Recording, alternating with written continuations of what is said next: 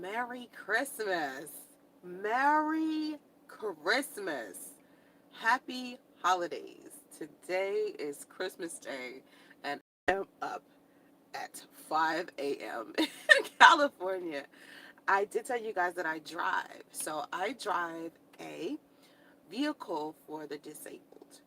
And it's like a big Dodge van, and I go around the Bay Area and drive disabled people all over the place, okay? And I also drive a public transit bus. Now, it's interesting when I talk to my passengers about what made me decide to no longer do what I was trying to do before and to just continue driving. And it came off of a whim one day. I think I was at the store. I was like at the Safeway one time. And I just happened to be like standing out front of the Safeway trying to cross the street. And I saw a bus go by. And I said, you know what? I drove Uber for such a long time when I was in Atlanta. So why don't I try to drive a transit bus? You know what I mean? Like, I was like, I wonder, could I be able to do that?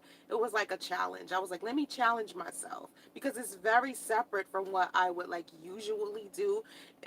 When I'm looking for a job, I'm always sitting behind a desk. I'm always doing something in regards to, something that has to do with corporate America and IT. So I was like, you know what, let me try something different. The way that my life has been going for all of these years, I've shared my life so much. And I basically just for the past 3 years have gone through so much. And since I moved to California, it's been a very humbling experience. I'm really like happy. Like I look at my life very differently than I did when I was living in Atlanta, and I'm so glad to be out of Atlanta. And so anyway, I wanted to try to do something different with my life. And those of you who have been watching me for a while, I enjoy talking to you because the reason why I enjoy talking to you, doing live streams, continuing to do my videos is because a lot of you pay attention and you can see how good of a person I am. You can see that I mean well. You can see that I'm very honest about my life. I'm very transparent. There are a lot of rumors going around about me, a lot of gossip, a lot of negativity, and it's all stemming from men.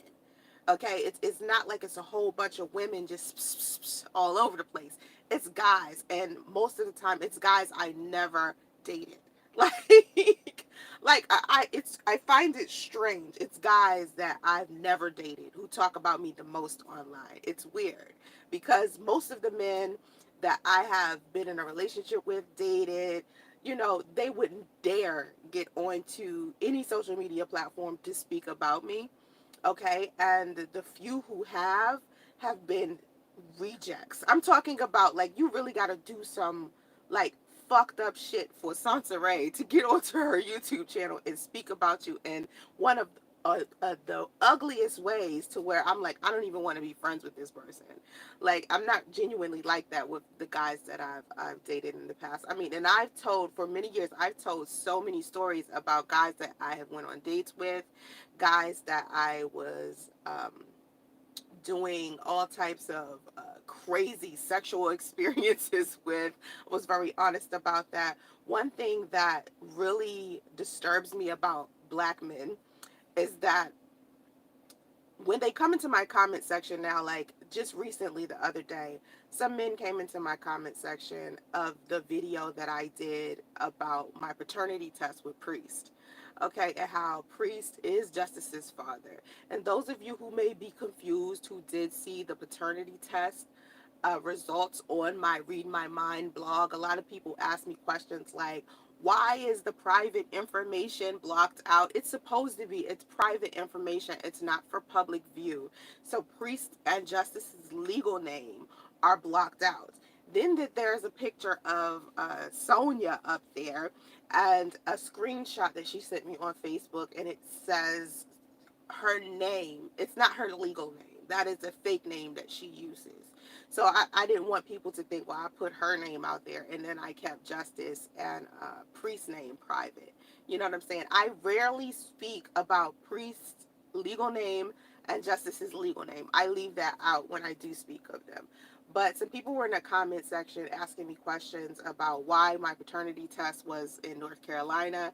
Anyone who knows anything about LabCorp, which was the place that we did the paternity testing at, their headquarters is in North Carolina. So what ended up happening is me and Justice did our test in Fremont, California, and Priest did his in Decatur, Georgia, and they sent our tests to the headquarters in North Carolina. So that's why it's notarized in North Carolina for people who may be a little bit confused. Okay. So anyway, a lot of people believe, especially men, a lot of people believe that because my last relationship didn't work out with Priest, that I have a difficult time keeping a man. You know what I mean? Or because I've told my negative experiences on my YouTube channel, I must have a difficult time keeping a man. Or because I've said, I enjoy being celibate, or I don't want to be married, or I've had all of these issues with men, I must have a difficult time with keeping a man, right? Now, logically, I guess from the outside looking in, that could make sense, right? From the outside looking in. And so some guys came into my comment section just recently, because I digressed for a minute. So let me talk about, a guy came into my comment section recently, and he said something about my credibility. He talked about my past. He was saying how, there are men out there who believe I'm promiscuous because of my past. And when I'm thinking my past, and he said, it's because of some things that you told us yourself. Now, I've never said to anybody that I was a promiscuous woman, that I slept around, that anything like that. I gave everybody a specific story of something I did one time a decade ago, and somehow these people, these men, and this is just men doing this, these men think from then on, after I decided to explore my sexuality with this one guy for a year or two, that must mean that I've been promiscuous my entire life. And what I've noticed about men is that anytime a man is unable to control a woman, or anytime a woman is doing her own thing, or, men tend to feel some type of frustration with the woman. They tend to call her hoe, bitch, slut, whatever. So men use our sexuality as a way to drag us, so that other men will look at us a different way, and then at the same time, another woman might judge another woman for her sexuality. But then again, we talking about new age women here. Most new age women have sex. I mean, and often, and with whoever they want to have it with. And so they're looking at other women who are classified as hoes and tramps and stuff, and they're not really placing too much judgment on these women. And so, as I have been judged for some activities that I participated in over 10 years ago, and I'm thinking about the person that I participated in this stuff with, and how no men ever say to this man, or speak of this man in a way that he's done negative things like cheating on his wife, or lying on, his self, or, negative things that he's done. But women always get, like, even if they're a bad person, they always get like this negative connotation. Even if they're a good person, I'm sorry, they always get this negative connotation over top of them. I had a young lady hit me up on my Instagram just recently, yesterday, and she said to me, I'm tired of women always being the bad guy every time men always do something wrong. And I told her, I said, my last situation with my son's father, I was tricked by him and his wife, and yet somehow still I'm the bad guy in the situation, even though both of these people reassured me that I was safe, that I was protected, that I could go on and move forward in my life with this man. And that was the only reason why I felt comfortable, because had I not talked to Priest's wife, had I not talked to Sonia, had I not talked to Priest's mother, and they're both telling me, everyone's telling me I'm okay, I would have never continued to be inside of that relationship. And so what's unfortunate, when people look at women, men look at women, they tend to put a higher standard on women than they put on themselves. So a woman is not allowed to make a mistake. A woman is not allowed to pick a poor choice in man one time and then improve and pick a better man. A woman is not allowed to sleep around. A woman isn't allowed to be in the swingers lifestyle. A woman isn't allowed to be LGBTQ. A woman isn't allowed to make any type of mistakes. And this type of stuff is what creates a false definition of what a man wants inside of a relationship. So you have a lot of women out here thinking that their beauty will keep a man, so they do whatever they can with their hair, their skin, their nails, their body. They're working out like crazy because they believe their physical appearance will keep a man. Right? Okay, they think that, if they good in bed, okay, if they good in bed, they got a fat ass, they got, a nice little situation, a nice little package, that will keep a man, okay? But I'm here to tell you, it's plenty of beautiful women out here who have been cheated on, who have been lied to, who have been left behind. Your physical appearance does not matter in the grand scheme of things. Yeah, it'll be something appealing initially, but it won't be something that will keep a man. Okay, so a lot of women believe that, and the reason why they believe that is because men have put a lot of like expectations on us in regards to our beauty, like that whole it's very like shallow. You know what I mean? It's at the surface, and all it does is provide temporary entertainment because there's plenty of beautiful women out here. Okay, another thing that women think will keep a man, a woman out here being extremely independent. Okay, I tell women all the time, you go out there, you get your thing, you get you secure your bag, you do whatever it is that you got to do to make your money. Okay, do that. But those things aren't going to be there to keep a man, because 9 times out of 10 these men want someone that they can control. Okay, so if you're going out here and you're being Miss Independent and you have your own mind and your own thing, sometimes that's not, most of the time that's not going to be the thing that keeps the man. You can be smart, you can be intellectual, but it's a lot of men out there that fear that. And the reason why they fear that is because they don't want to be around a woman who is controlling themselves. A man wants to feel like he's in control of the situation. So if you have a woman who is strong minded, intelligent, doing her own thing, powerful, most men are interested in that type of women because they feel like those type of women are too powerful. They can't control those women. Most men who classify themselves as powerful or alpha, usually they're egotistical and they love weak women. They like women that they can control. They can't, it takes a really, really strong man who is genuinely strong to want a strong woman. Okay, there are men out there that pretend to be strong, that pretend to be, alpha, that they have a false definition of what being a man is.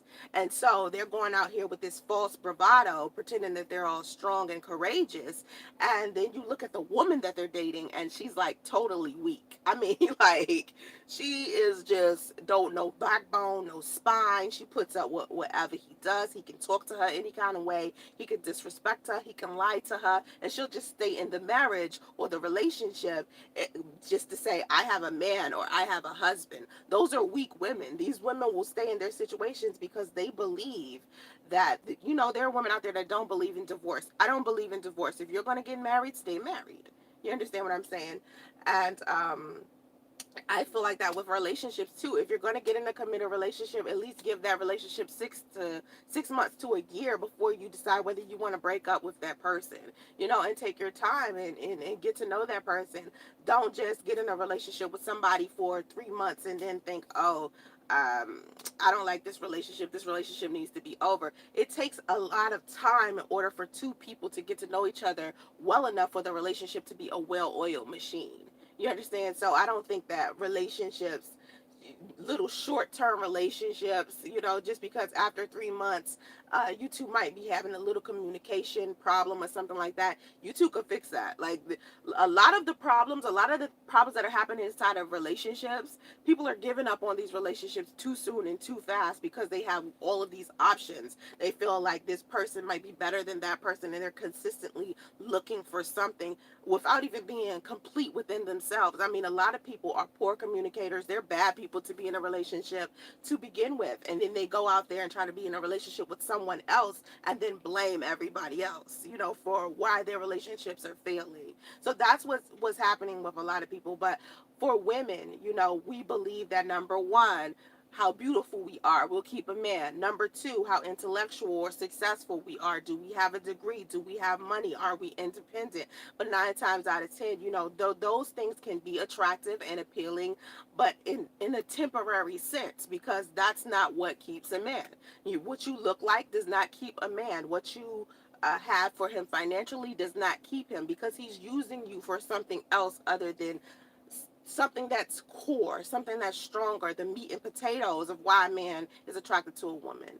And so, another thing that women think that will keep a man is her good behavior or her purity. You know what I mean? Like her sexual discipline. I want to say men think, women think that if they virgin like, if they don't have sex, if they're, they have a short Hofax, um, you know, maybe if they haven't been in relationships with other people, or if they don't have any children. Women think that because they've been single, they haven't slept around with anybody, they haven't done anything, these are going to be the things that keep a man. But you can be all of those things still, and still get cheated on, still get lied to, still get, whatever. Because it's men out here, and I've said this before, it's men out here with these amazing women. Like, their women will be beautiful, their women will be successful, their women will be virgin like, and they will still cheat on these women all of the time. And I'll give you an example just out of someone we all know. Okay, like a celebrity or something. I'll give you an example of a man who has an amazing woman and still ended up cheating on her. Jay-Z. Jay-Z cheated on Beyonce for what? Like, Beyonce is one of those women, she hasn't been around with a whole bunch of men. You know what I mean? She's a very beautiful woman. She's a very successful woman. She has her own thing and still got cheated on. Still got hurt. And every marriage and every relationship has a problem. Every single one. There's no relationship out here that's easy. There's no relationship out here that's perfect. There's no relationship out here that a woman hasn't been hurt in some type of way. Now, I don't mean that men haven't been hurt, that men haven't been cheated on, that men haven't been lied to. Of course they have. But majority of the time, the way that women are treated in regards to relationships, sometimes we're treated like we're a dime a dozen. Okay, because I guess because it's more of us on the planet, and men are taught that they can have variety, and variety makes them okay. But for women, we're not allowed to have variety. So those things right there are not what keep a man. Okay, listen, men are just as, like, they have feelings. Okay, we feel, men feel. Okay, a lot of people think men don't feel. I know I've thought myself that men don't feel, because the way that men act when they feel like, they act like they don't feel. They act like, they don't have any type of emotional attachment. They act like they can't be hurt. They act invincible. And it's because, and I said this yesterday when I posted my paternity test results with Priest. I said men lack emotional support from women. Okay, because it's women out there that'll make a man feel bad for crying. They'll make a man feel bad about being emotional. So when a man doesn't have emotional support, and a man is not, you know, hearing from women, okay, it's okay for you to feel, it's okay for you to say that you're sad or upset, but it's definitely not okay for you to sit up here and pretend like you don't feel anything, or that, women are expendable, or you can mistreat a woman or misguide a woman. Women teach men how to treat women. And I don't mean just the woman that they're in a relationship with. I mean their mothers, their sisters, their aunts, their friends, other relationships that they observe. So if a woman is sitting here allowing a man to disrespect her and treat her bad, it's teaching another man who is watching, who may be underdeveloped in the relationship department. It is teaching him how to treat another woman. And a lot of men and women don't realize this, especially women. Women are the reason why men get away with treating women so bad, or even good, you know. If a woman has a higher standard and expectations in regards to what she requires inside of a relationship, and other women and men are seeing this, this is what a lot of people emulate. People like to emulate the behaviors of other people. Why do you think trends happen? Why do you think people will thumbs down a video? Like, what I've noticed about with videos, right, on YouTube, people will come and they'll click on a video, okay? They'll read the title. They'll say, hey, this is an interesting video that I would like to watch. First thing they do, don't watch it. They go into the comment section and read the comments first to see what other people are saying about it. They'll look at the user ratings and see, are people liking it, are people disliking it, because people make decisions depending upon what other people are thinking and or doing. That's what the masses do. That's why I like to encourage my audience to be independent, to be intellectual. Think independently and think on your own. That's the only way people will be able to understand me, per se. Because I've seen people come into my comment section and their comment is specific, so wrong. You can tell they didn't even watch the video. And I'm like, yo, you must have like looked at the title and just didn't even bother watching the video at all. Or you would have your comment wouldn't even say this, because it's not about a negative or a positive comment. It's more of, damn, your comment has nothing to do with the video at all. So a lot of people like to emulate what they observe. So as a woman, you know, if you are letting a man verbally or physically abuse you, if you're allowing a man to cheat on you, if you are sitting there waiting for the man in your life to decide when he wants to change and be a better man for you, and you're just sitting there waiting, whoever is observing you observes that behavior and may consider being that. You understand? Because there's a lot of people out there with underdeveloped minds. They're looking for leaders. They're looking for people to emulate. And so as women think that if they look good, if they're sex good, if they're independent, if they're showing some type of purity or some type of perfection, a man will want to be with them in the long term. When really, men will stay with a woman because of how that woman makes them feel. Okay? If a woman is making a man, number one, feel like a good man, feel like he's doing good, feel like he's amazing, you know, he will stay with her. Let me give you an example, okay? So, and I'm going to talk about my own personal experience. That's all I can really talk about, is because it's all I know. I don't know everybody else's situation. I can give you an example of somebody else's situation, but I can't really speak on everybody's stuff. I can only talk about my own stuff. That's why I use my life as an example so much, because it's what I know. Okay, so in my last relationship with Priest, right? When he and I uh, were doing well in our relationship, I always gave him a compliment. I always encouraged him to do better. I always made him feel like a king. I always made him feel like a man. I said before, I used to wash his hair, wash his back, rub his feet, pedicure. I would have clipped his toenails. I've done that before. I've done everything. I would have given this man a manicure. I will cook for him. He didn't have to lift the finger in regards to things of that nature. All he had to do was be good to me, show me affection, hug me, kiss me, tell me he loved me, be around, laugh with me, have good conversation with me, go hang out. We would go to restaurants all the time. We would do things that I like to do as far as picnics. We would go hiking. We were planning on working out together, meditating together, praying together. You know, these are things that um, to me, I wanted inside of a relationship, okay? And he was consistent. He would call when he was supposed to. He would show up on time. He was always like the very man that I wanted to be with. And so when people say to me, uh, when people say to me, when I tell people that he was the man I always wanted to be with until he wasn't, is when he just decided one day that he was going to discontinue being the respectful gentleman, that he was going to stop being consistent, that he was going to stop answering the phone, that he was going to start sneaking around, start lying to me excessively, start, you know, not trying to improve who he was. He discontinued studying to get his GED. He stopped trying to pull it together to learn how to run the businesses that I had started as an additional source of income for us. He just stopped being the guy that I needed him to be. So there were no more compliments coming. There was nothing I could say. I couldn't say, hey, you're doing a good job. Hey, you know, I love you very much. You're being the very man that I want you to be.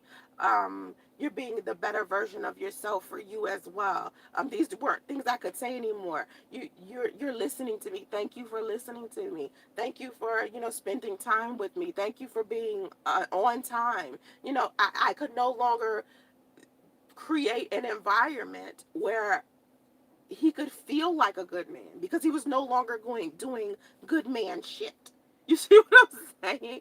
And so it seems like in our relationship he was feeling good and feeling good and feeling good, and then suddenly when I got pregnant, we were going through some things. We were going through, number one, I was pregnant. So that was like a whole, like, that was like what for both of us. It was just like too, for me, it was just like, why is this happening right now? Like, I'm like, of all times, why is this happening right now? But you know what? I'm not going to panic. You know what I'm saying? Because I had like this feeling I was going to get pregnant. I kept saying, why do I feel baby-ish?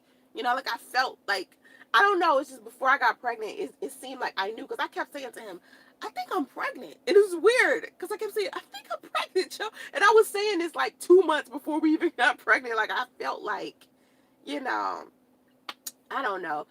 But I ended up getting pregnant. Let's see. We started dating in May, June, July, August, September. We got pregnant 4 months into our relationship.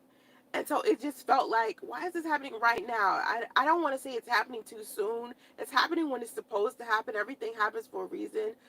But the way that things were going, he wasn't sure he was going to be able to keep his job. We were living in the extended stay hotel and sometimes in the back of the truck. So it was very, very like, I don't know. It seemed like he was not taking everything well. And me, I'm a strong person. Like, I'll go through some stuff and I'll be like, fuck it, I'm gonna make it through this. And so I kept saying to him, baby, we will be fine. Everything will work out fine. I'm not asking you to be a perfect man. All I need you to do is be honest with me about whatever it is that you're doing, and we will be fine. And I just kept saying that to him, and I just kept saying, me and him will be all right. But because we are broken up, people think I can't keep a man or I couldn't keep him. It wasn't that I couldn't keep him because I could have. You see what I'm saying? Like when he said to me, here's what I think I have people confused about, and it could be, just because I poorly communicated this. So when my son's father came to me and he said, I don't want the relationship anymore. I don't want the baby. And I think I want to start dating Sonia again, right? Which his ex. I was like, by this time, we had had conversations about our relationship, and he had left maybe twice before claiming he needed space.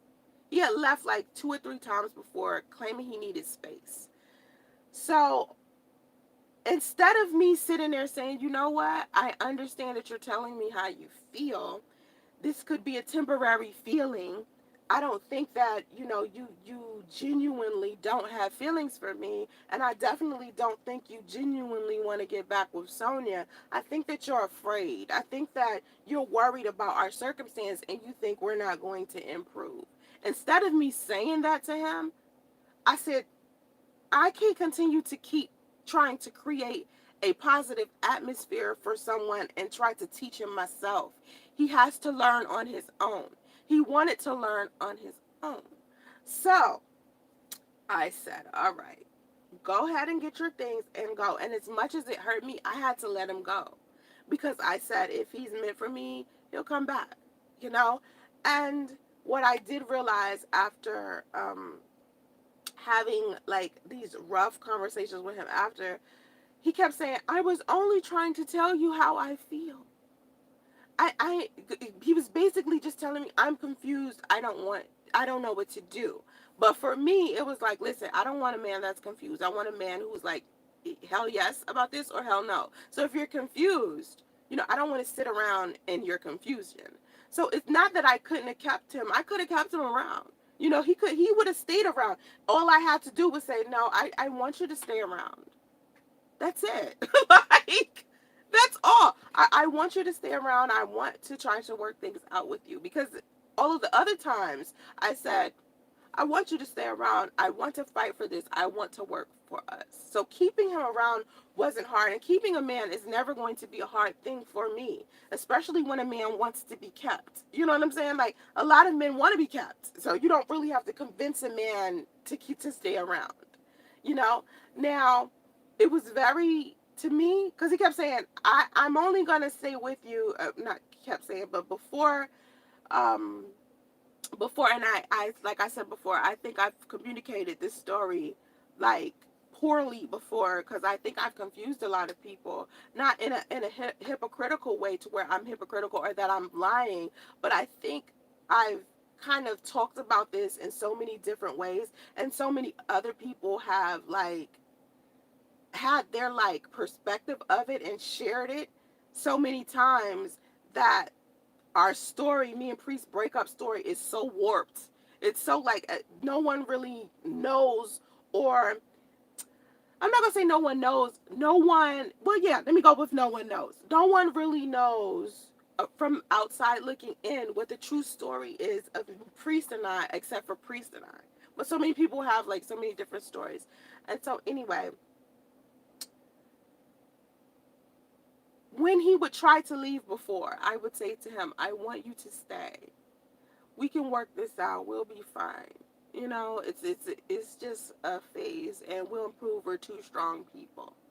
You know, and then when I was seeing him being weak, that was my time to reiterate to him that this is just a weak moment for you, honey. You know, you'll be stronger. You know, this is just a weak moment. And these were things that I was saying to him before I just got fed up with the situation and said, you know what? I can't take care of you, me, because I'm sick. I need you to kick into gear. And he couldn't. So keeping a man, to me, is not hard when he wants to be kept and he's sure of who he is. A lot of men aren't sure of who they are or what they want. You understand? So they're going around here just winging it. And a lot of the times when they say negative things about women that they've dated, like the stuff that Priest has said about me publicly, he said that because he's hurt.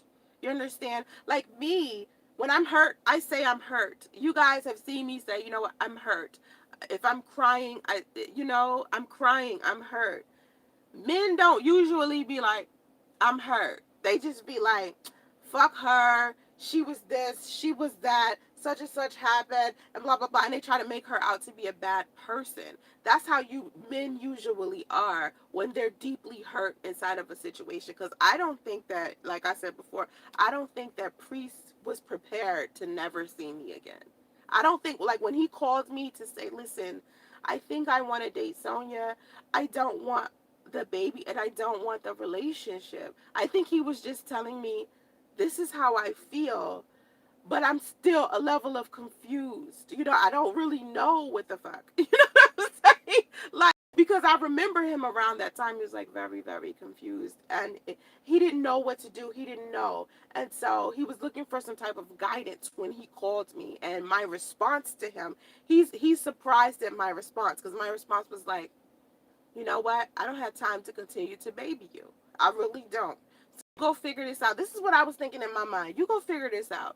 You go figure your life out, because clearly you don't value me.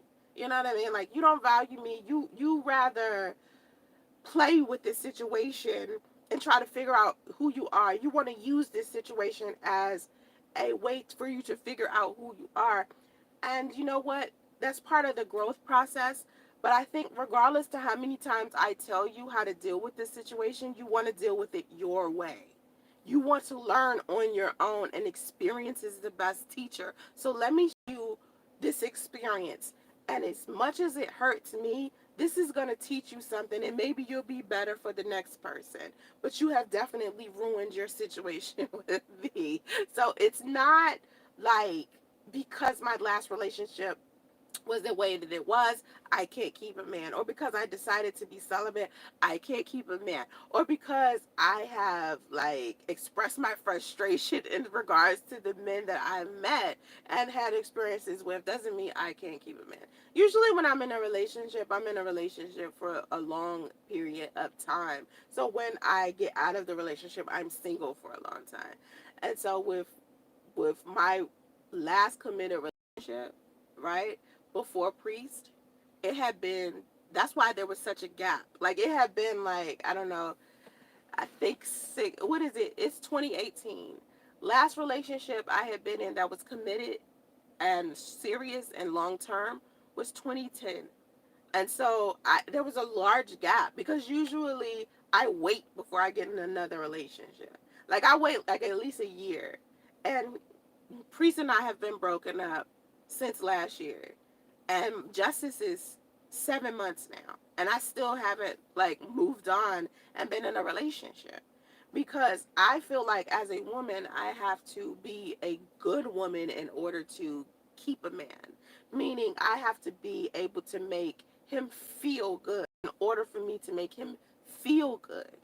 I have to be good within myself. And I can't do that still holding on to some things that happened with Priest and I.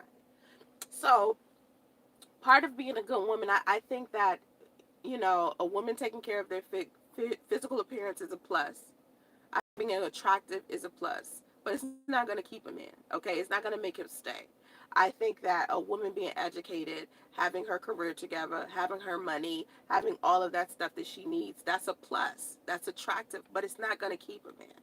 A woman who has not been around, a woman who has been like virgin like, but she has some type of purity or sexual discipline, it's a plus. You know what I mean? It doesn't mean that she's perfect. It doesn't mean that she's an angel. It probably 9 times out of 10 means she has no sexual experience and she'll probably be horrible in bed.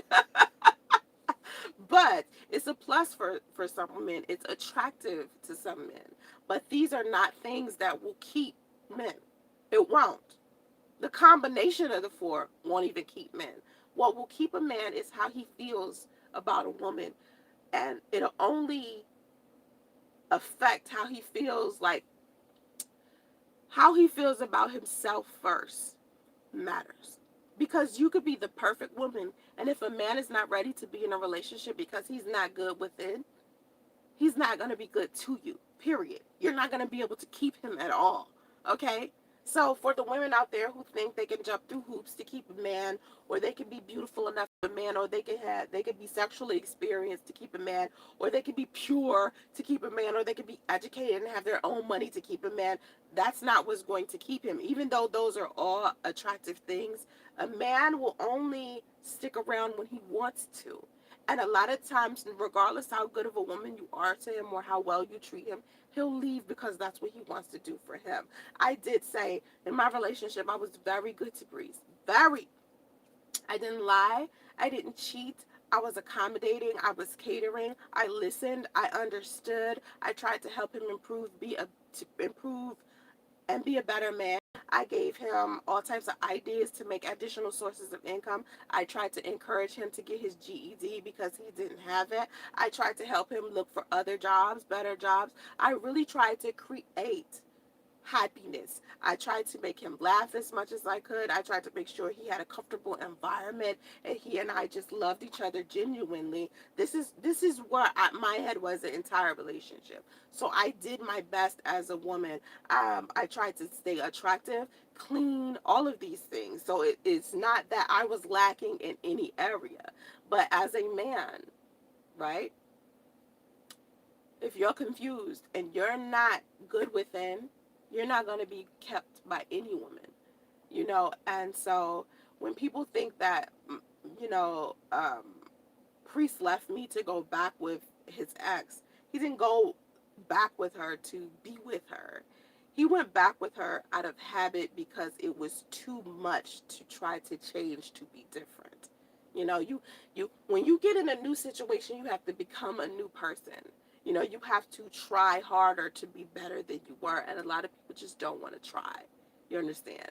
So, let me answer a few questions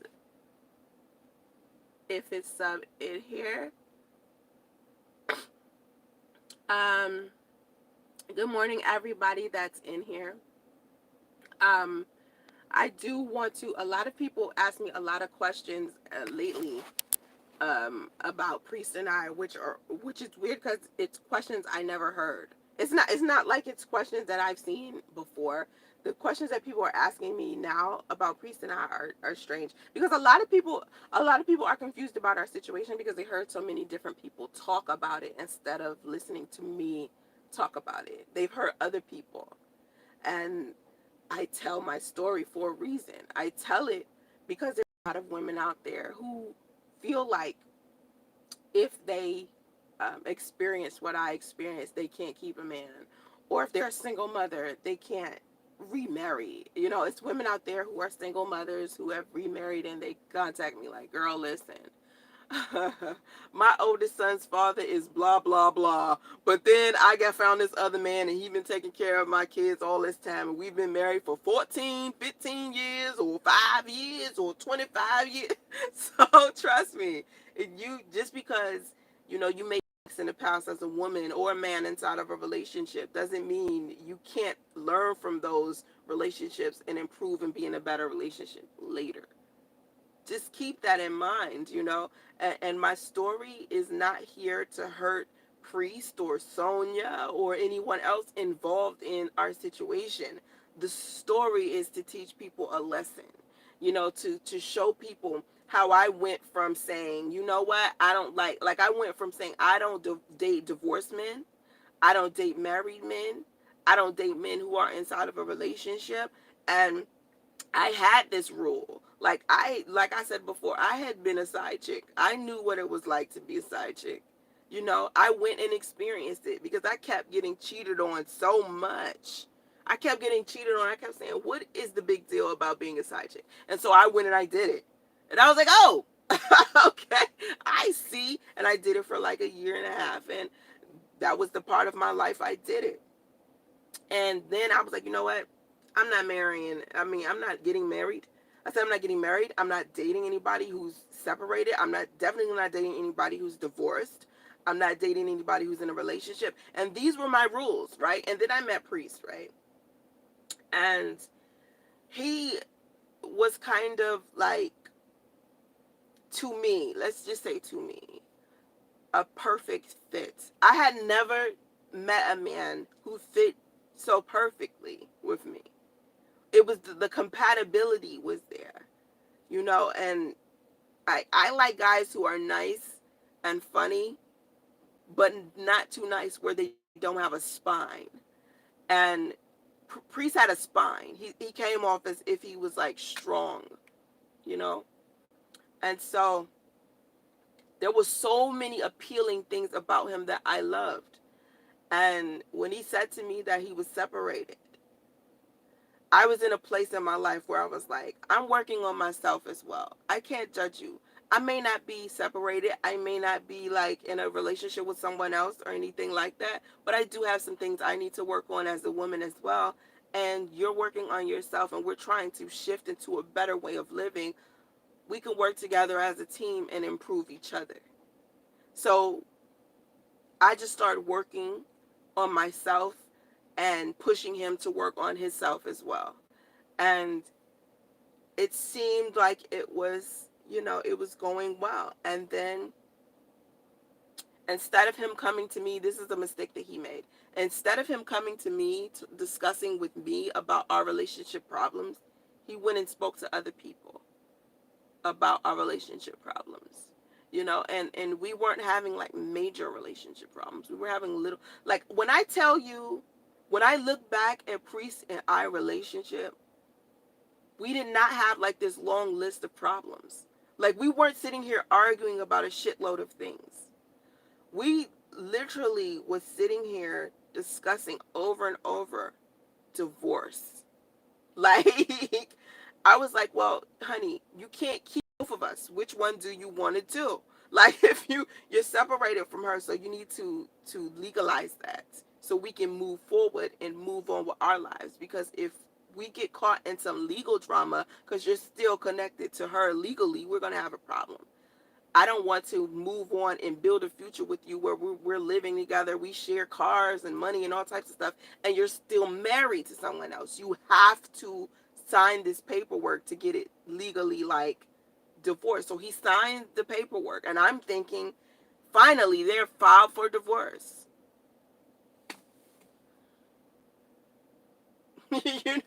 And honestly, I think him coming to her, discussing our relationship when her mind is warped in regards to our situation, she doesn't know what's going on with her situation.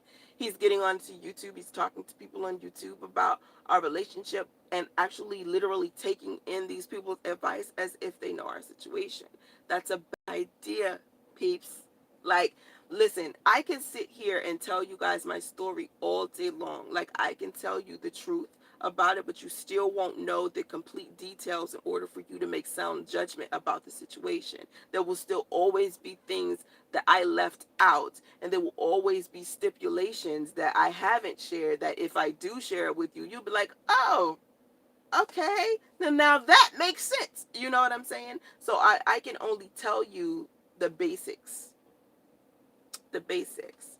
Um, and then you'll be able to, try to make sound judgment, maybe. But if I was to come to you guys and ask you for advice, like, for example, if I say to everybody in my live chat right now, say for instance I was still with Priest, and I asked you some questions, but I told you our situation and I asked you some questions. Should I stay with him? Should I be with him? Should I do blah, blah, blah? And you guys gave me this long list of shit I should do. Still, at the end of the day, I would factor in who I'm talking to.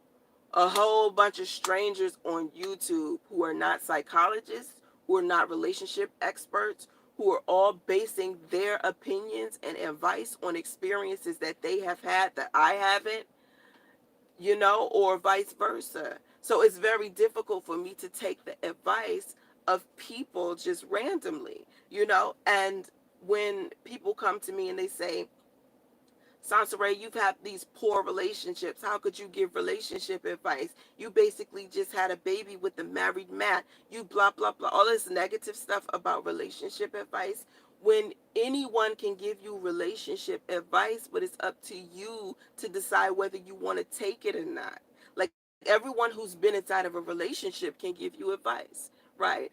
But to call someone an expert in regards to relationships, they would have had to, number one, experience enough of them. Number two, experience enough failure and success to know, because you got to have like both of them equally. Like, I don't understand how anyone could take marriage for advice from someone who isn't married. I don't see how someone could take relationship advice from someone who's never been in a relationship. That's like me giving you, like, say for instance, if you wanted to lose weight, okay, if you wanted to get some muscle tone, if you wanted to do your thing, you wanted to get your physical appearance in order, would you take advice from someone who's severely overweight? Would you? You could. And let me tell you why you could. Because that person, what they're eating, drinking, and what they're doing is something that you should be doing. So it's easy for you to come to them and say, hey, what are you eating? What are you doing? So you can know to do the opposite. All right. So when I come onto YouTube, right, and I say, I experienced this, I experienced that, 9 times out of 10, I'm saying, please don't do this way. Please don't handle this way. I handle this way, and this is what I learned from it. So, ergo, don't do it. You understand? So when I give advice, it isn't from a hypocritical standpoint. It isn't from a standpoint of I'm better than you. It's from the I'm a human being as well. And as a human being, I experienced this thing, and I could have handled this a completely different way, and had I, such and such would have never happened. Okay? And then again, you also cannot control other people, regardless to how good of a person you are. You could be a good person, smart person, rich person, skinny person, attractive person. It doesn't matter what kind of person you are. You can't control other people. You can only control how you respond to another person. And I push that message all of the time. And there is no reason in the world to get as upset about certain things. Like, for the past couple of years, right? The experiences that I've had on YouTube, where people have made fun of me severely, men that don't know me have spoken about me in ways that women aren't even supposed to be spoken about.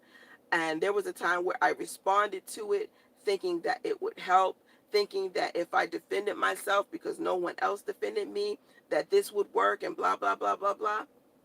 And then I start telling people, you know what, don't defend me. Don't go in people's comment sections defending me. I don't like it. I don't want anybody to do that. If anything, just come support my videos. Forget all of that other nonsense, right? And I did this for years. And I would make response videos, and sometimes I look back at that and be like, I feel like I shouldn't have made one goddamn response video. Because and honestly, people were inside of my comment section was saying, don't even bother responding, ignore it. And everyone who told me that, I wish I would have listened, because at the end of the day, all of the response videos would create them responding in another way, twisting my words, lying about me, making up more rumors, because they didn't want to iron things out. And when you're dealing with people who don't want to come to some type of solution and only want to have problems inside of the situation, it's nothing that you can do about that. You understand? It's nothing you can do. So for me, I feel like the response videos that I did in order to create some type of solution, all of the apologies, like anyone who's been watching me, right? You've been watching me for a long time, you know this. Everyone who claimed that they had some type of beef with me on YouTube, right? I always made an apology video and told them I wanted to iron it out, and they never responded to my apology videos. Ever. Like, I don't know any content creator, on YouTube that claimed that I had some type of beef with them, even though the beef to me was like imaginary or something like that. Even when I would go and create a video and say that I was sorry, or I would apologize and say, hey, let's just work it out, let's just find a solution, or you could talk to me privately, it did no good. So in my relationship with priests, when I, like I said a minute ago, I kept trying to teach him that, okay, you could handle this situation a lot better, but experience is your best teacher. And you can sit up here and you can tell people all day long what they shouldn't do, what they should do. You can give people advice and it will still go in the opposite direction that you're directing them into. And you have to remember that when you're dealing with people, because people will do what they want to do at the end of the day. Like you've ever met a woman who's been verbally, physically abused by a man and she stays with him. You could go to the situation and try to save her and say, lady, you need to leave this man because he's beating you, abusing you, and you save her and get her to leave, and then suddenly she goes back to dude, and you're sitting there like, honey, I'm not gonna keep saving you. People need to do what they need to do on their own time. And it's nothing that you can do about it. So all of the apologies that I was giving all of these people on YouTube that I didn't know, I'm sitting here trying to appease all of these people when they don't want to like you, or they don't want to bring a solution for whatever reasons. It's nothing you can do about it. And I felt like in my relationship with Priest, it wasn't that I couldn't keep him. It was literally he had made up in his mind that there was no solution to what was happening, because his mind was too small to grasp the concept of a solution coming out of whatever it was that we experienced. As you can see, I don't live in a hotel. As you can see, I don't live in the back of a truck. He, from his standpoint, he could only see what was happening directly in front of him. He couldn't see the bigger picture. So you have to factor that in when you're in relationships with people. Whether you're a man or a woman, you have to think about that in regards to your job, your friendships, your coworkers. Sometimes you're dealing with people who can only see directly in front of them. They're not going to see what's at the end of the tunnel. They're not going to see the bigger picture of a situation. So sometimes you have to step back and allow them to see that. Give them the space to see that. And if or when they see it, if you're still available to be a friend or a girlfriend or a wife or whatever the case is, then they can, be in your life. If you're still available to be a coworker or a business person or whatever the case is, a partner, then they can be in your life. But the only thing you can do as a human being is say what you want, respond the best way that you can, and hope for the best. Okay? You cannot pressure anybody into anything. You can't keep a man who doesn't want to be kept. Period. It's not going to happen. Okay? There are a lot of people who think a lot of different things about me, and at the end of the day, these people don't matter. I told a guy the other day, I said, you were a loser yesterday, you're a loser today, and you'll be a loser tomorrow. Because within the past 3 years, all you've done is spoke negativity about me over and over and over again on your channel, and you haven't improved not one bit. The point is to improve. The journey, the life that we're living is about improvement. It's about getting better every day. And if you can't do that, if you can't use negativity and positivity as a way to grow, because negative things are going to happen to you in your relationships, in your life, everything. If you can't use those experiences to help you improve and be a better person, something is wrong. You need to rethink what you're doing. You need to rethink life. If you 3 years ago was sitting around making fun of somebody online and it's been 3 years and you're still doing the same shit, you need to think about that. 3 years is a long time. There's no improvement. There's no change in your life. You haven't done anything different. You really need to rethink what you've been doing with your life and understand you're wasting a massive amount of time. A massive amount of time. Now, I'm a perfect woman. I never come off on my channel as a perfect woman. I always tell you guys my mistakes. I always am very honest. Okay, I have miscommunicated in ways that I wish I would have had a better delivery for people to understand me. But that's the purpose of me listening to videos and listen to me talk to myself back. Listen to myself, talk to myself. You know what I'm saying? Listen to myself, play back, listen to that so I can improve. And I try to listen to my audience, but it's gotten so bad within the past couple of years that I can even listen to the people inside of my comment section because they're not here to help me improve and be a better content creator or be a better motivational speaker or communicator or anything like that, because a lot of the times they're coming into my comment section just so they can, number one, express an opinion without doing the proper research to even come up with good judgment. Okay, number two, they're there to troll. Number three, they're there to vent about what's going on inside of their lives. They're not in my comment section to learn or help me do better at all. People want me to engage with them. You guys want me to listen to what you have to say, read your comments, read your emails, blah, blah, blah, blah, blah, right? These are all things that I used to enjoy doing. But what's been happening is I'm not getting anything out of it outside of the positive emails that I get from women saying, you know what, thank you, Soncerae, for doing these videos. Or even when some men hit me up like, you know what, it's not a lot of men out here who will say these things or do these things, positively that you are suggesting that men should do for women. It's men out there that admit that men are a problem. But I don't want my channel or my vibe to come off as if I hate men. I don't hate men. I don't like fuck boys. I don't like men out there who think that it's okay to mistreat women. I don't like that. So if I'm talking about a man in a negative way, trust me, I'm talking about a fuck boy, and I'm not talking about all black men. I don't hate all black men. Okay?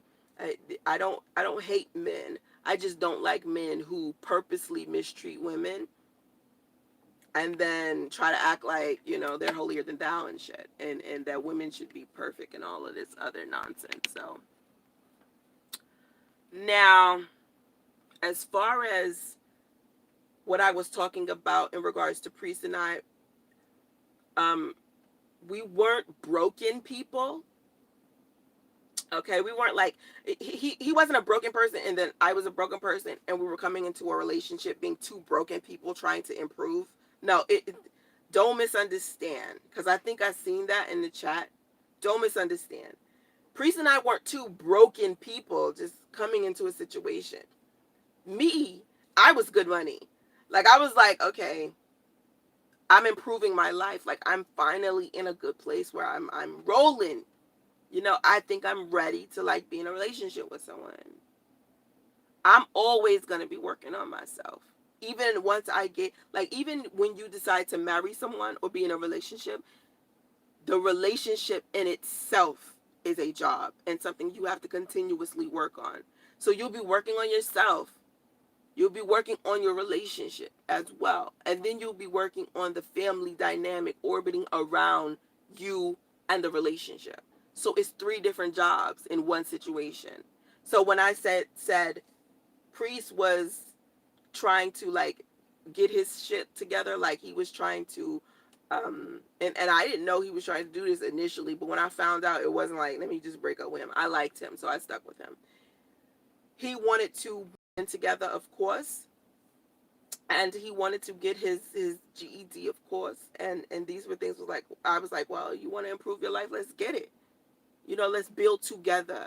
And there's nothing wrong with building together. It's nothing wrong with if you find someone that you feel like you might be possibly equally yoked with, and you build together and improve together. There's nothing wrong with that. It doesn't mean because you are not 100% that you're broken.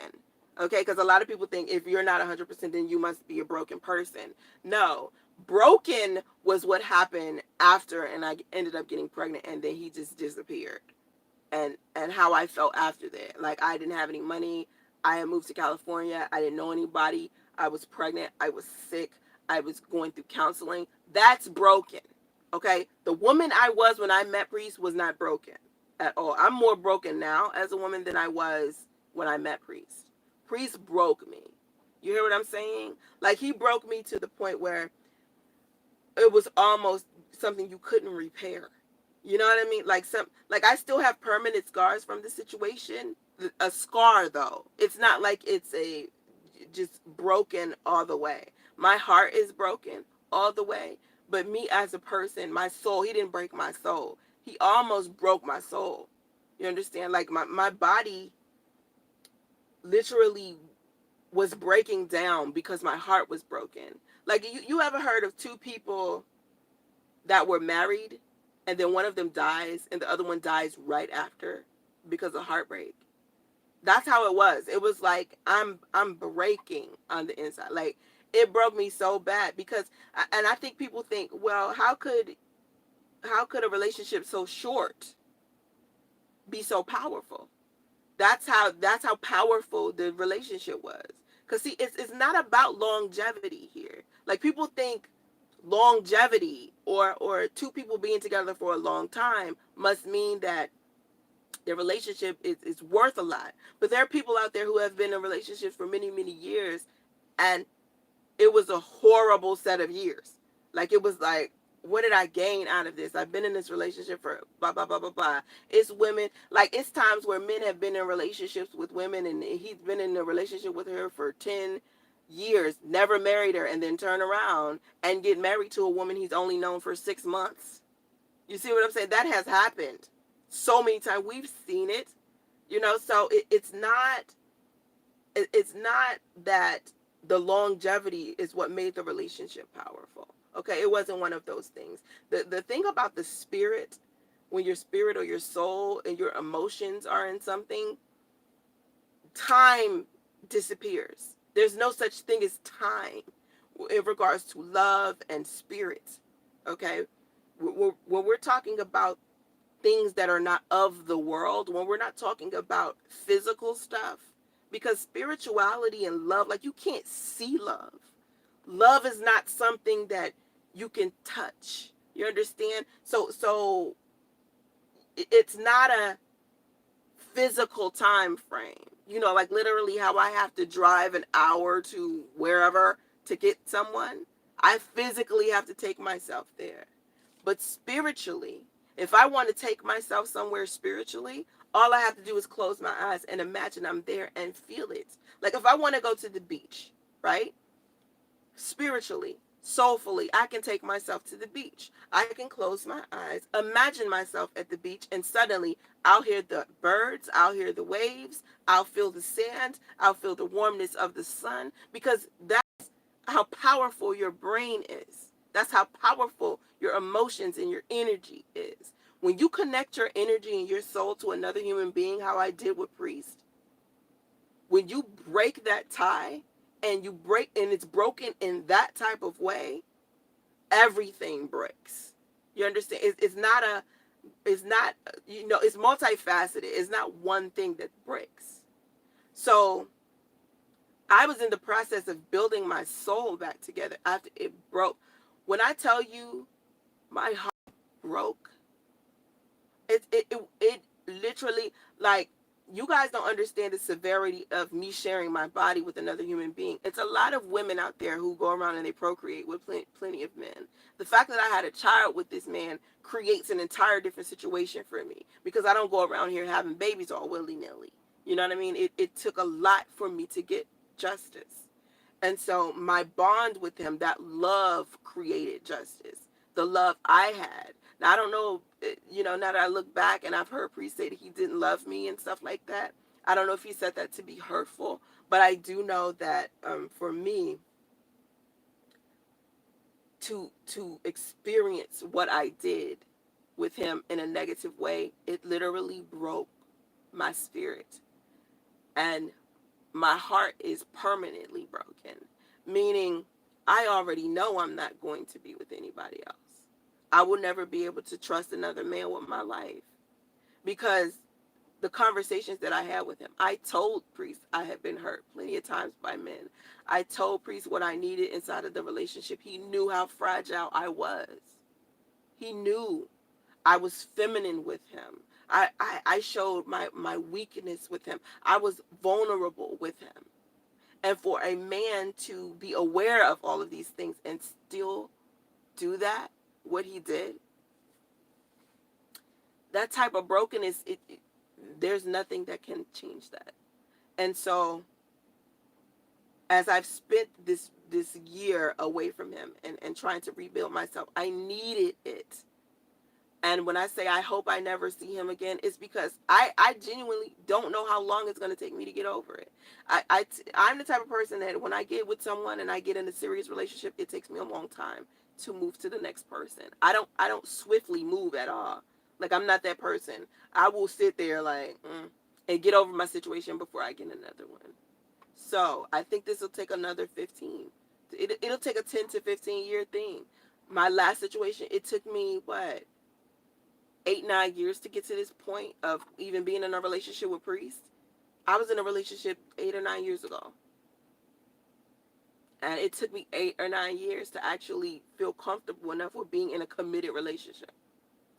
So it isn't, I don't want to be in a committed relationship because I'm a hoe, or I don't want to be, I think that polyamory is better because I don't like the brokenness that I feel when a man lies to me about another woman. It's just pussy, man. Like, if we're in a relationship and you're looking at another woman and you think she's beautiful, you're damn human. Your eyes ain't broken. I mean, I could look at another man and be like, oh, he looks better than my husband. But the core of the situation is, I don't care how much better looking another woman or another man is than my man, because my heart is invested into this man. My energy, my soul is invested into my person. So I'm not going to leave my man because another new attractive man who may have more money and may have more success comes along. I'm just going to leave my man behind. No, my heart is built around my man. The habit of seeing him every day. The love that is there, the the jokes that we have with each other that no one knows. The way that I can look at him and he knows exactly what I'm talking about if I look at him and give him this look. That type of bond takes time, and he and I had that bond without even being with each other that long. Do you understand that? That's why it's like when I talk about my relationship with him, you guys will never understand why to the core I was so broken, because I shared things with him that I never shared with a man ever. And I'm pretty sure as human beings, when you've gotten in a relationship with someone, you've shared some things with your partner to where on a spiritual level or an emotional level, you're so invested in that person because the bond was so, like, the attraction was so instant. And it wasn't a sexual attraction that was instant with he and I. It wasn't that. It wasn't, oh my God, I gotta jump his bones, like, and that's what kept me with him because he could screw me good. No, it was like nowhere near that. Of course I was attracted to him like I'm supposed to be, but to me it meant more to me than it meant to him, I suppose. And to know that now, it's unfair. I think about, this is when I started questioning God. Because I was like, why would God take someone from me that was so important to me, but give me justice out of that? You know what I'm saying? Because now justice is like way more important to me. Sometimes I just stare at justice. I just look at him and I smile and he's like sleeping or something. Sometimes I look at him and I'm like, man, like God gave me this. Like, oh my God. And my mom always says to me, God gave you the best of priests in justice. Priest is not gone, Soncerae. He's not gone. And I'm like, that's true. Because I always have a piece of priest with me. And priest will never understand how sacred our situation was to me. He'll never get it. I don't think he'll ever get it. Sometimes I feel like men don't get that. Women, we will, like, I'm an empath, okay? A lot of people don't know that about me. I'm an empath. All right, I'm very spiritual. I don't talk about my spirituality often. When I do talk about spirituality, I talk about metaphysics. But I'm an empath. I feel, and I feel on a spiritual term, a spiritual level. Not on an emotional, basic level, but on a spiritual level, to where there was a time in my life where I could look at a person and instead of me, like, seeing them, I'd see their aura. That's where I got y'all aura from. Like, my situation, my life experience is a lot deeper than I discuss on YouTube. I keep it very, like, light here. I don't talk about stuff, because talking about it to a whole bunch of people that don't understand spirituality is difficult, because most people, the masses of people, don't understand spirituality. So I can sit here and I can explain it to you all day long, but unless you're spiritual, you won't know what I'm talking about. You won't get it. It's a lot of worldly people out here. They know nothing about God. They know nothing about metaphysics. They know nothing about energy. They know nothing about it. And so I wanted to take a portion of my channel to teach that. And it's unfortunate that I haven't been able to do that. And I do want to get to do that eventually. But a lot of people just don't pick up on that. But I loved Priest, yes, but spiritually I was more connected to him. My spirit was more drawn to him than anything. Than his physical appearance, than the sex, than anything. My spirit, I felt like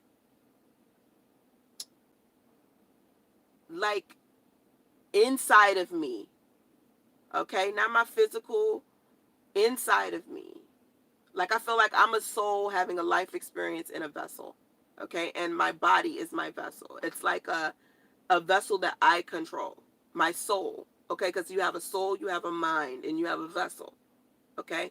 My soul is controlling my vessel. I felt like my soul attached to pre-soul, and we were talking soul to soul. Sometimes when I run into people, I talk to them vessel to vessel, meaning my body is talking to them and I'm kind of like on autopilot, just having regular human interaction, okay?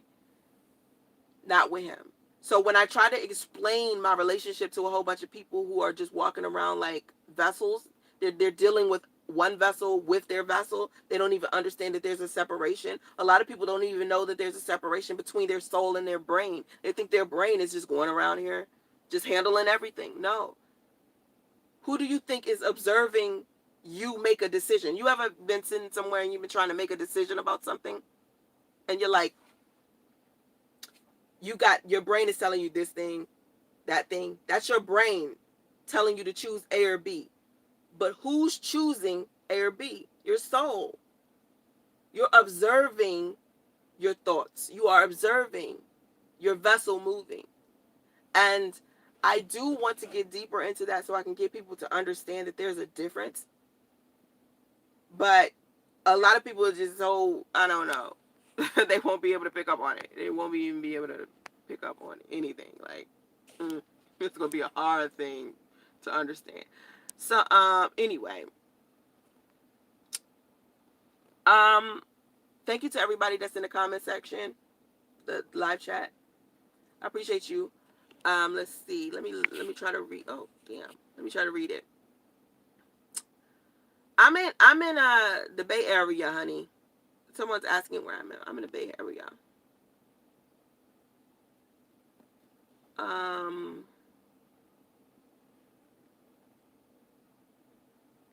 your heart is a muscle. It gets stronger and stronger each time. That's very true. Very true. Deshaun, you got some people in my chat annoyed by you. Let me just tell you something. Don't think because I'm speaking about it that I haven't got over it. Let me tell you something. The woman I was last year, I'm a lot better. I'll get over everything on my own time. On my own time. If Priest was over our situation, it would be easy for him to call me and talk about his son. So he's not over it. Okay? He's not over the situation. Or it will be easy for him to pick up the phone and call his son. He's not doing that. So both of us are having a hard time moving forward. It's not just me, it's him as well. Because he can't even bring it on himself to just call and check on his baby. A man who is over a situation and just wants to see his kid would have called by now. Priest is having a difficult time handling this.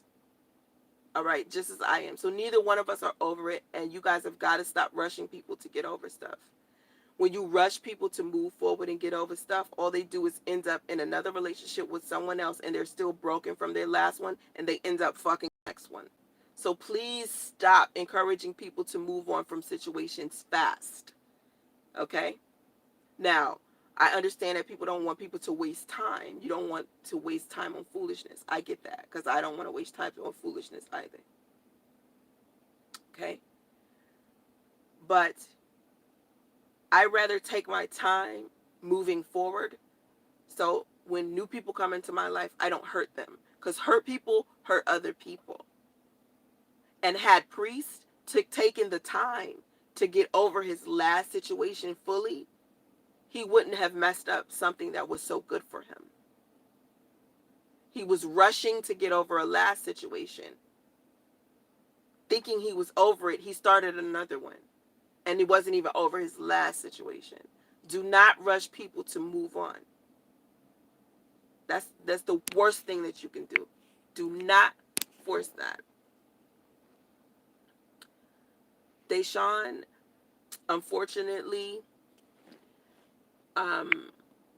you're not listening to the people give you advice, so that clearly means that something's wrong with you, not them. Like people trying to tell you, but you are really like, yeah, they're trying to tell Deshaun, but you know, like I said before, and I said this if you were earlier in the live stream, you could try to tell someone to improve, but experience is the best teacher. So you can sit here and try to tell Deshaun, shut the fuck up all day. He's not going to, because he's refusing to grow. You know, so everybody in the chat just start ignoring him, because a lot of times people come into my chat just to be facetious and ugly.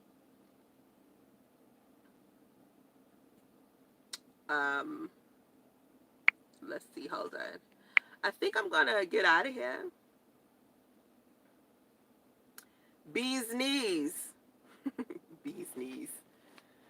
I knew for a long time he wasn't. After I had talked to Sonia had called me when when Justice was a couple of weeks old, and she was telling me how hurt Priest was. And I told her, I don't understand how he could be hurt. He wanted the situation to be the way that it is. So what is he hurt about? He's hurt that I left. He's hurt that I'm not there. I didn't beg for him to stay. I didn't, I genuinely think that he felt something. But I think that sometimes when I hear the things that he said negatively, I think that he meant them. Because sometimes, the mind makes me think, oh, all these negative things about me, and it hurts. But spiritually, I think spirit from one spirit to another, I feel that priest knows he made a mistake, and he didn't mean for it to go that way. And it went that way, and he doesn't know how to address me now. It's too uncomfortable to talk to me. Because I mean, I look at it as like I'm a human being, right? He's a human being. I look at it like I'm uncomfortable to talk to priest. You understand? Like I don't even want to call him and say anything. I don't want to talk. And it's not just because I'm not I'm mad. I'm hurt. I don't want to talk to him. You know what I'm saying? I don't even like I'm not in a place where that's my energy. You see what I'm saying? So I'm probably pushing the idea of us talking out of my energy anyway, to where it's not going to happen. I'm not going to manifest it. In order for you to be able to manifest something in your life, like me and Priest having a conversation, I would have to welcome that. I'm not welcoming because I'm still too upset. And I'm not upset in a way to where, how I was when I was doing live streams, and I was like screaming and I was crying and I was like so in the middle of like the pain.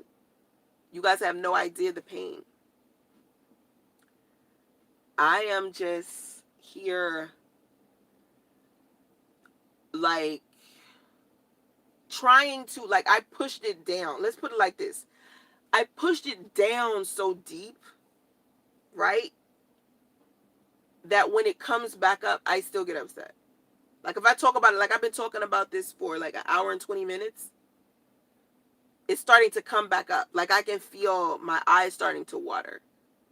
That's why I was like, maybe I should get off the live stream, because I'm starting to feel everything off, because the brain will replay grief over and over and over. And the grief I experienced with him is starting to play. So until I get to a point where the grief can play and I feel nothing, I'm not ready to talk to him. There was a time where I was numb because I had pushed it down so far, but it was a false sense of numbness. You see what I'm saying? It wasn't like I could think about it and be okay. It was just me covering it up. Like, you know how people cover up stuff? They cover up stuff with liquor, sex, drugs, food. Me, I literally covered it up with work. So even when even though it's covered up, when I uncover it, I get upset all over again. So I'm not going to this is not something that I'm going to get over overnight. It's not. And more power to the people who feel like they can move on fast from shit. I'm not. More power to you. Assalamu alaikum. But I can't. I'm not built that way. And most people aren't built like that. I'm not that careless. You know what I'm saying? I'm just not. I have all types of negative feelings about him. So yeah, I keep busy. I just work. Lily, listen, we talk about energy, right? Okay, so let me tell you when I went to a spiritual guide while I was in a relationship with Priest, and Priest had introduced me to the spiritual guide, and I was telling the guide, I said, right now I feel like I can't control my energy. This is when Priest and I was together, and I was telling him, Priest is powerful to me energy wise. Like he's so powerful. Like that's another reason why when I met him, he blew out to me. Like it was like when I remember I said I used to see auras. His aura was so big. I was like, damn, I ain't never seen nobody aura that big before. And those of you who aren't spiritual, you can't see aura. I see aura. It's almost like seeing a color around someone. It's like power. And I'm not the only one that sees Priest power. When he and I would go out, people would literally like remember him. They could have seen us one time somewhere. They would remember his energy. When we would go into places, the entire energy of the place would change because of Priest. That's how powerful Priest is spiritually. Okay? So when I met him, it was like, damn, I had never met anybody whose spirit was that big. Like, I was like, goodness, it was impressive to me. And I just had never seen, it was like seeing a light in darkness. That's how bright he was. It was like, damn, I couldn't miss him. And I think it was the universe saying, him, you know? But I went to a spiritual guide, right? And the spiritual guide gave me tiger's eye. He said, you are so powerful. You are like, you have so much power. And I guess in order to match priest, I had to have the same power to some degree. I just looked at his power like it was bigger than mine, but really, according to the spirit guide, we had equal spiritual power. We could, okay. You know how I tell everybody, you create your own reality. The only thing you can't do is control other people because they are controlling their reality. You can evoke something else, or you can, like, if you want a person that's like your ex, you can evoke the essence of your ex and get another person who acts just like your ex. You ever been somewhere and you trying to get away from another person and then you go somewhere else and that same person is there? It's like same type of person. It's like you worked a job and at your job you didn't like one of your coworkers, and then you get to a new job and you got a coworker who acts just like that last coworker from that job that you left. It's an energy thing. You're pulling the same energy. I had never pulled priest energy before. Nobody. I had never, like, I've been in relationships with guys, never have pulled, been around a guy who had that same energy. So anyway, I'm speaking to the spiritual guy, right? He's like, you are so powerful, you don't even know how to control your energy. You got your energy all over the place. And I said to him, I don't know how to decipher the difference between good energy and negative energy, because I'm just pulling in all energies. Right? Like, when you get to a certain point where you are so open to the universe, you're pulling in all energies. So I'm pulling in all energies all over the place. And this is me talking to Lily, because she said you got to know the difference between the negative and the positive one. The spiritual guy gave me this bracelet that had tiger's eye on it. Now, anybody who's into spirituality, you know about crystals. It had tiger's eye on it. Tiger's eye gives you clarity. The second I put that damn tiger's eye on my wrist, I saw everything different. Okay? Everything. The energy that I was seeing from priest, that was in my face, most of it was negative. But the little bit of energy that he was showing me was positive, was beaming like crazy, because I was positive and I was pulling more positive energy into me. So I was only getting all of priest's positive energy. I wasn't even seeing the negative energy. That's how positive I was. That's how powerful I was. I would only evoke his positive energy out of him. So I would only see the positive stuff. I saw no negative. So when I put on the tiger's eye, I was like, oh my God. It's almost like rose-colored glasses. It's almost like I didn't have on any glasses, and then I put some glasses on. Man, when you see it clear out like that, I wanted to throw that tiger's eye in the trash, girl. That's how upset I was when I got clarity of the situation. You ever seen the movie Shallow Hal? Shallow Hal was this guy. All he cared about was women's physical appearance. And then he got stuck in the elevator with Tony Robbins. And Tony Robbins put this like spell on him, so all he could see was personality. All right, so every time he was walking around, all he saw was personality. And then when the spell was turned off, he saw how ugly and unattractive physically the people were that he was talking to. And he was dating this girl who he thought was super skinny because he was looking at her personality. And when the spell went off, he found out she was fat. And when the spell went off, he said, I am so angry that someone turned the spell off, because I couldn't see how fat she was. All I saw was her personality. Go watch Shallow Hal. That's how I felt when I got that damn tiger's eye. It was almost like, I mean, instantly. I'm telling you, like the day after I got it. Because he gave it to me because I gave him a ride from the train station. It was an exchange. Because I went to pick up Priest from the train station. He had the spiritual guide with him when he got off the train. I was like, what is the spiritual guide doing? What is the spiritual guide doing here? He said, spiritual guide, I need a ride. And me and the spiritual guy had been talking about crystals before. And I kept telling him, I'm going to buy some crystals from you. And so he said, well, you give me a ride, I give you a tiger's eye. Gave me the tiger's eye. What? I put that thing on, man. I seen so many other energies from priests. People got more than one energy. People got more than one, and they don't have one. And some energies more powerful. I just didn't see priest negative stuff. He had shit he had to work on. And I didn't see it until I put the tiger's eye on. So, you right about protecting your energy. And I said that shit to Lovely T yesterday. Lovely T, always, she's into voodoo and people putting spells on her, energy and stuff like that. And I hit her up on Instagram. I said, girl, protect your energy. All this foolishness is happening on YouTube. Don't bother with it. Don't say nothing. Leave it alone.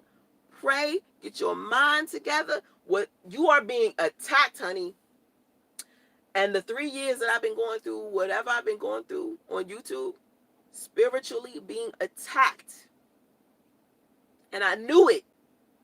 I was like, why am I being attacked so much for something so little? Like, I mean, y'all act like, some people, I ain't gonna say y'all, but some people act like I'm the only woman in the world that's fell in love with the wrong person. People act like I'm the only person in the world that has made a mistake. And for 3 years. And I just was like, oh my God. So now, because my spirit is so different. My spirit's not different. It's not how it was. So now, the things that were happening for 3 years, past 3 years, they don't happen anymore. Like, my life is so different. Like, I can't even explain it. It's just different. Excuse me. Thank you, Lily. Patrice, I'm not Christian anymore. But crystals are dangerous. You got to be careful with them crystals. Them crystals, like, when you real spiritual, you're open to a whole bunch of energy. And if you get some crystals, yo, that shit's dangerous. That's not something you need to play with. Like, I think people that aren't spiritual don't know this. And even people who are Christian, if you're Christian, right, you know about your faith, your belief system, your mind, how you can get spiritually attacked. And you'll know it's like spirits. And you're like, and it's not like some fake make-believe Ghostbusters. It's not like that. It's not like Slimer is gonna it's not like that. You get spiritually attacked via people. It's like a negative spirit will take over another person's body and come for you. Come for you. And I like I said with Lovely T, she being attacked, and she being attacked by Tasha K, a person she trusted. And for some reason, when I look at the both of them, I look at the both of them in a spiritual way, and I always feel like T is the one being attacked, not Tasha. Every time. Like, it's like, why do I see? I don't even know what they going back and forth about. But when I think of these two women in my mind, and I think of them on a spiritual level, I always look at it as T is being attacked, not Tasha. And someone is using Tasha to attack her spiritually. And that's why I said to T, please don't respond to this. Girl, burn your sage. Burn your sage. Girl, and pray and meditate. You know?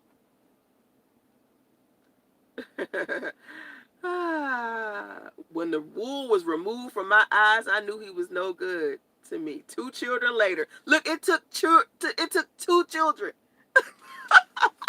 It took, like, sometimes, like I said, experience is the best teacher. Because at first, Listen, you be wanting to make sure that you right about a person before you, like, you know, you want to make sure you right. You don't want to say and do anything, Um, Stay away from voodoo. Yeah, I don't do voodoo. I don't do voodoo. Patricia, Tasha K is a trip. Like, it's, listen, I don't know her personally. You understand? So I can only go off of what my spirit tells me about her. Because I don't know her personally. So I can't say personally, she blah, blah, blah, blah, blah, blah, blah. But the one thing about being an empath and being spiritual is that you can see people's spirit once you grasp what you're doing. Like I said, a year ago, my spirit, everything was everywhere. Now it's like so much clarity to where I can see what's negative and what's positive.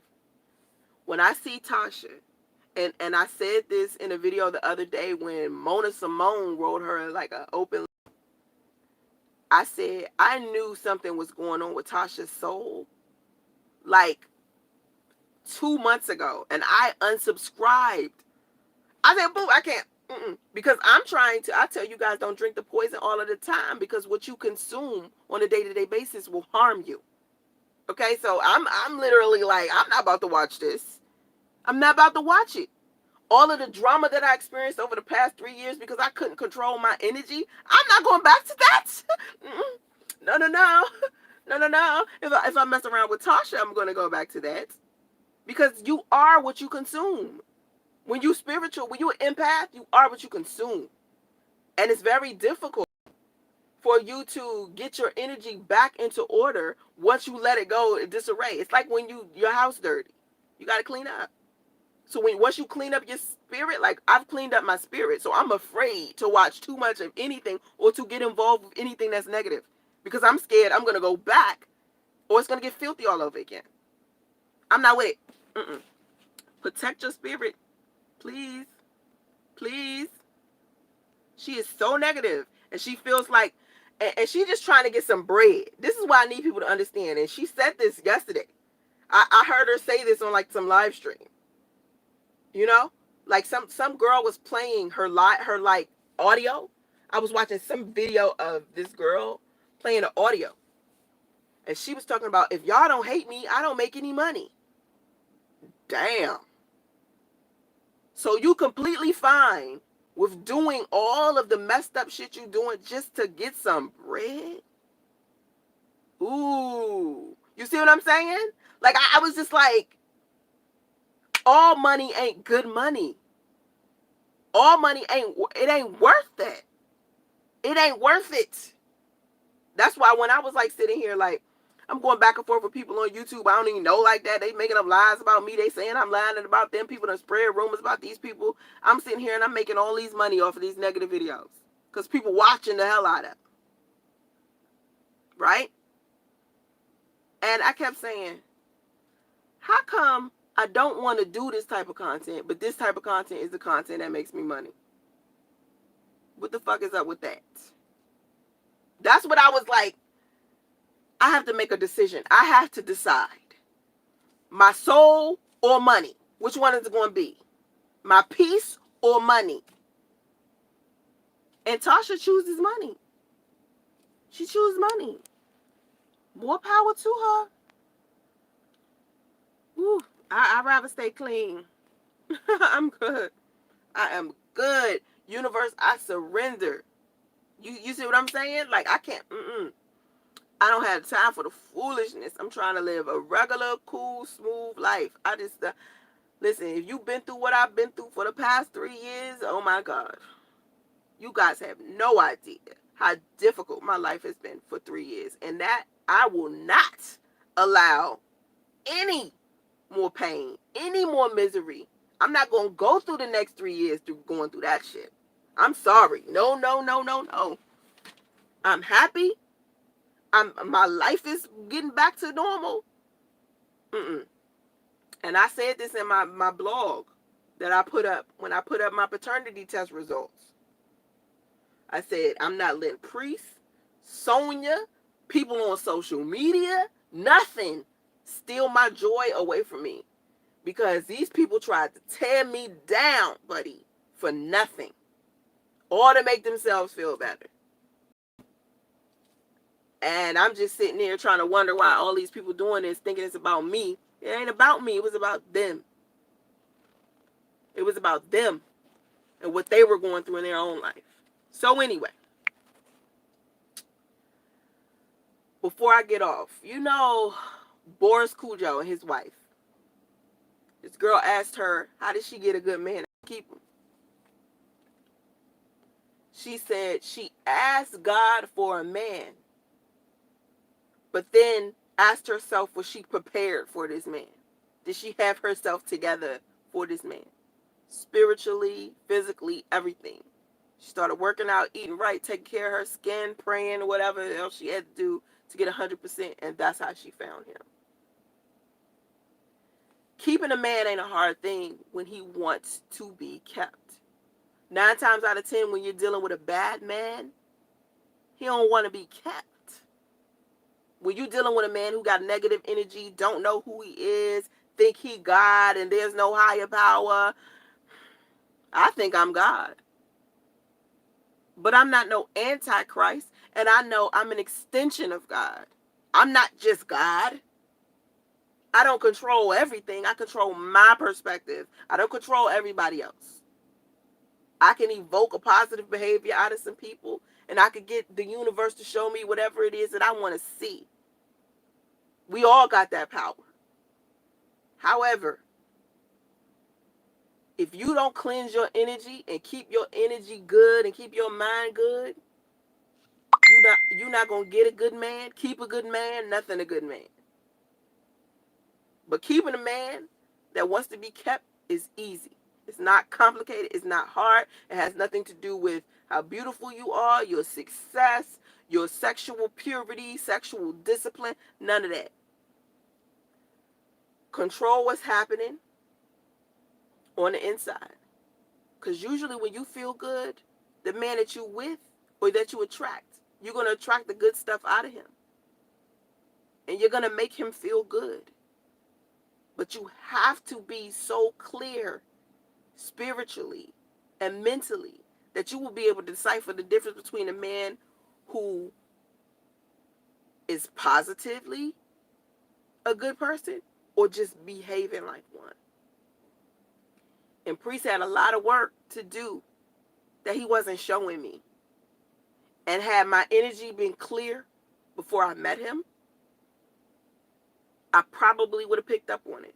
Now, honestly, I think I picked up on it and just gave him the benefit of the doubt. That's why I preach, don't give the benefit of the doubt. If you've been watching me a lot, you hear me say that. Don't give men the benefit of the doubt. All right? I got to go, y'all. It's been real. Thank you for being here, and Merry Christmas.